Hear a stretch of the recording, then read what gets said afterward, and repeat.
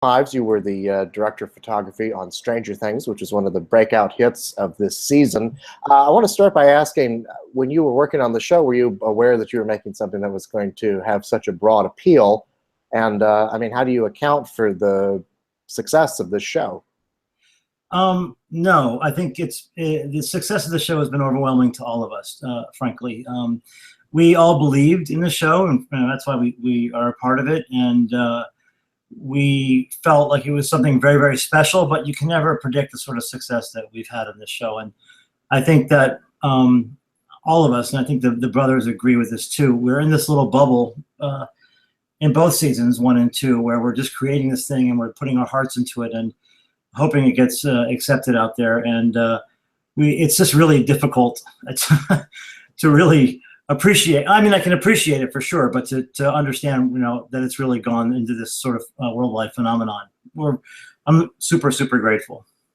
Well, the show is so unique in that it's both nostalgic and modern at the same time. So I wonder how you, as the cinematographer, were able to express that through your work. I mean, what were your initial ideas for it? Well, one of the first things I did after reading the initial project outline was to watch some of the references that the guys had written to their show before I even had it. I watched E.T., I rewatched Stand By Me, Close Encounters, and we have a very Spielbergian influence. And watching these movies again, and with my family also, who also had the same responses that I had when I first watched them back in the 80s, it was clear to me that this was something that we could capture and shoot in a way that stylistically was shot back in the 80s, and it might resonate, or I certainly believed it enough that it would resonate with a certain audience. And I mean, in the show, you also have the opportunity to make something that is very cinematic. I wonder how you achieved that on a television schedule. I mean, it's very much like a 8-hour movie that you're working on here. It's true. You just froze up. Oh, there you're back again. Yeah. It's true. And this show does take a little longer to shoot because it's written very cinematically, and it's written like 4 or 5 films. So there's a couple, we get a couple extra days. We do, pickups. We scramble. We work long hours, and we get it done. But it's definitely, I would have to say that season one was 8 episodes, so that would be, I would say, 4 movies is what I feel like I shot in the first season. And I don't think there's much on television that really has this sort of feel in television of a cinematic sort of movie experience. Well, I mean, I just want to read off some of your credits from the last couple of years that you've worked on television. House of Cards, Mr. Robot, Girls, and Power.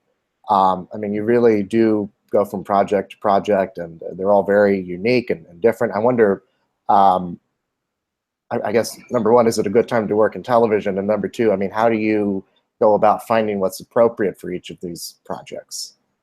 You mean, how do I find these projects, or how do I find? No, I mean, how do you find the appropriate style for these projects? Well, it's usually written into the script, and each project has its own mantra as far as what it needs for the tonality of it. I don't think I would ever walk into a project saying, "Oh, this is going to have that Tim Ives look," because that's nothing that I ever want to put upon anybody. I look at each single project as for the merits of what it is and what it needs, what I think and what the directors think needs to bring out in order to have it be successful and to have it be all that we hope it's going to be. So all of those projects, all had their own individual sort of attention, and didn't have any sort of collaborative feel or pre-collaborative feeling of from my point of view of what they had to be for my career. It's definitely, each project gets its own attention. Absolutely. So going back to Stranger Things, I mean, the show has some fantastical elements to it, particularly, I mean, the whole world that we entered, it's the Upside Down, is that right? I mean, it's been a while since I watched the show, and I couldn't remember what. It's the Upside Down. Yes, thank you. So creating that, can you talk about your part in creating the sort of mood, the atmosphere, the surreal quality, the horror of that. In the Black Void, we also call it the Black Void. That's the area you're talking about. Well, Yes. we looked at a few different things, and we wanted it to feel like it was this area that had a dead sort of light to it. I didn't want it to feel like light was coming from any sort of direction. I wanted to feel like it was just this sort of fog, even though there was no smoke involved in it. But it was an environment to itself that really had no sort of what I'm looking for. Like there's no sort of distinction. It was just a black void, and you didn't know where the light was coming from. You didn't know if anybody was dead or alive in it. I wanted to keep it really ambiguous. And I mean, the brothers wanted that as well, and we came to that together.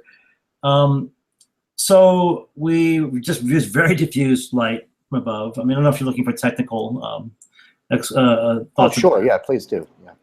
No, it was just it was a very soft light from above, and a very small amount of fill light with usually like a China ball or something silly and simple like that for Millie and whoever else was in there, just to pick out their eyes a little bit. But I wasn't afraid of going a little too deep, you know, bringing out my inner Gordon Willis, I suppose. Right. You know, he went there, so I was like, well, if he can go there, I can go there too. So. Right.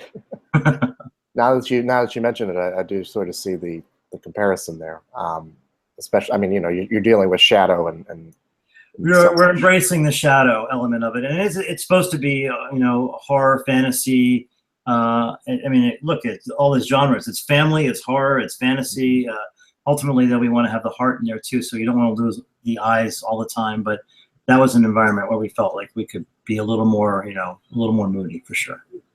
We'll talk about creating the atmosphere of this small town that the show takes place in. I mean, it has such a great sense of place to it. Can you talk a bit about that?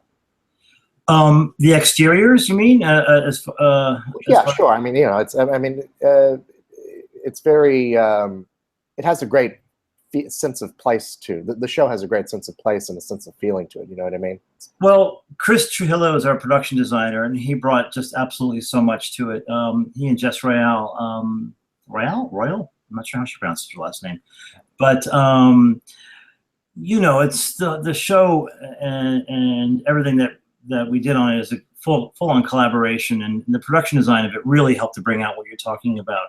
And I would say even the interiors, whether you're in the Byers house, the Wheeler house, you're in the kids' basement, you know, you just really believed. It was a real throwback to some of those '80s sort of vibes and films. And the town, I think, was Jackson, Georgia. It was Jackson for our exteriors, and that had sort of a Back to the Future sort of setting with the sort of the centerpiece in the middle and then a square around it, and it had that sort of blast from the past sort of feeling. We didn't go there very often, actually, but we did, and I feel like it wound up being fairly iconic and believable as an '80s throwback sort of village. But the production design, interior, exterior, and what that Chris brought to it, I think really helped sell that, what you're talking about. I wanted to ask you as well about, I mean, the show has some very impressive special effects. I wonder how that affected your work and what you guys, I mean, working in tandem with the visual effects artists, how you worked all that stuff out.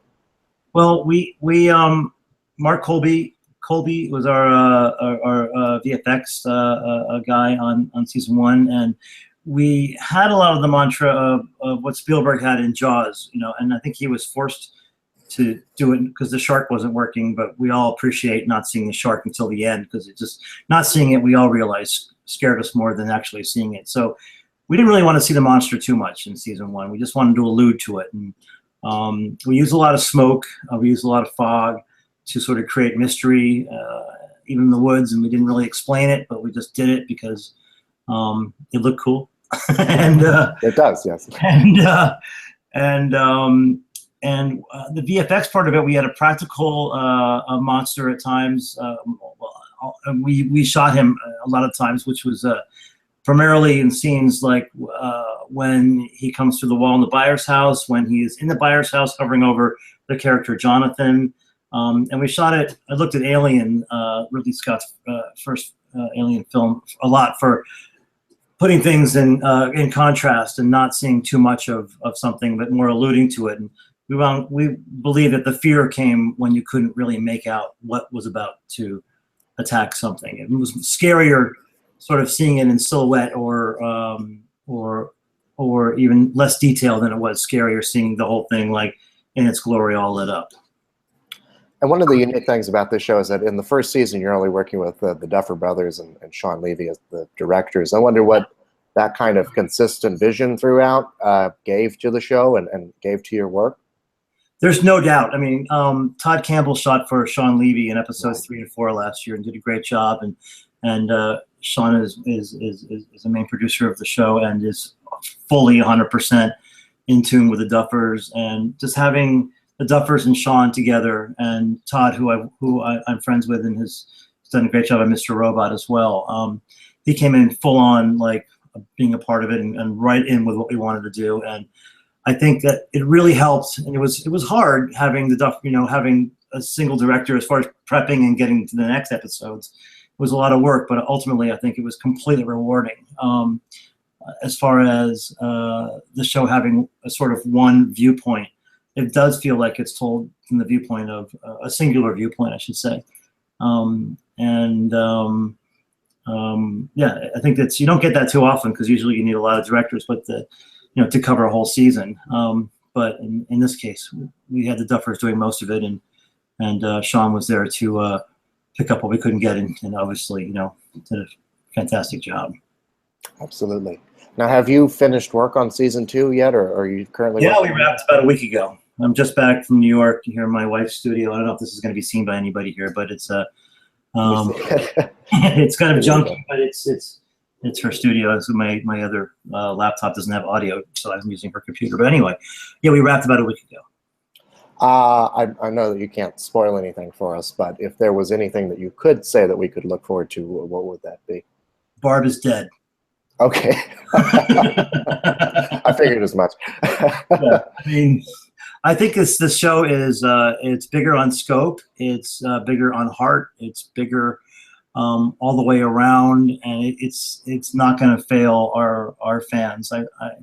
I really believe again, we put as much heart, if not more, into it in the second season than we did in the first, knowing what we had and how right we were about all the good hard work we did in season 1. I think that season 2 is going to delight the fans. I really truly believe it. It's remarkable. I mean, even in the last few episodes when we were filming, there's hardly a dry eye in the house. It's a good one. I'm looking forward to watching it myself. I look forward to it as well. Tim Ives, thank you so much. Congratulations on your work. Thanks so much.